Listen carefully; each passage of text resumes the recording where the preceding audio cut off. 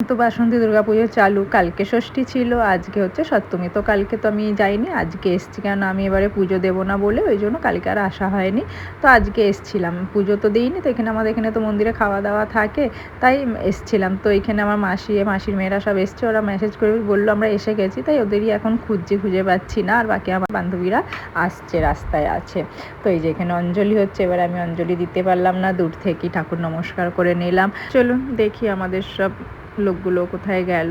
তো আমি এখন খুঁজে তো পাচ্ছি না। তো নিচে পুজো হচ্ছে আর ওপরে খাওয়া দাওয়া আছে। তো এখন আমি ওপরের দিকে যাচ্ছি, এখন ওপরের দিকে যাচ্ছি, নিচে তোদের খুঁজে পাইনি। তো এইখানে আসার পরে দেখছি এই যে এখানে আমার মাসির মেয়ে, এই যে এদেরই খুঁজছিলাম আমি। তো এখানে মাসির মেয়ে খাবার নেওয়া হয়ে গেছে, মাসিরও নেওয়া হয়ে গেছে, ওরা একটু আগে এসছে আমাদের, ওই জন্য ওদের নেওয়া হয়ে গেছে। আর এই যে এখন আমরা লাইনে, আমি আমার বান্ধবী যাচ্ছি খাবার নেওয়া। আর এই ঠাকুরের ভোগ খেতে সত্যি খুবই ভালো লাগে। আর এই যে আমাদের খাবার নেওয়া হয়ে গেছে, দেখুন কত কিছু ছিল, খিচুড়ি, তরকারি, পায়েস, মিষ্টি। আর এই দেখুন সব মেন হচ্ছে এরকম একসাথে সবাই মিলে বসে খাওয়া, আর তারপরে একটু ফটোশ্যুট। তো আজকে সপ্তমীর লুকটা কেমন লাগলো আমার অবশ্যই জানাবেন।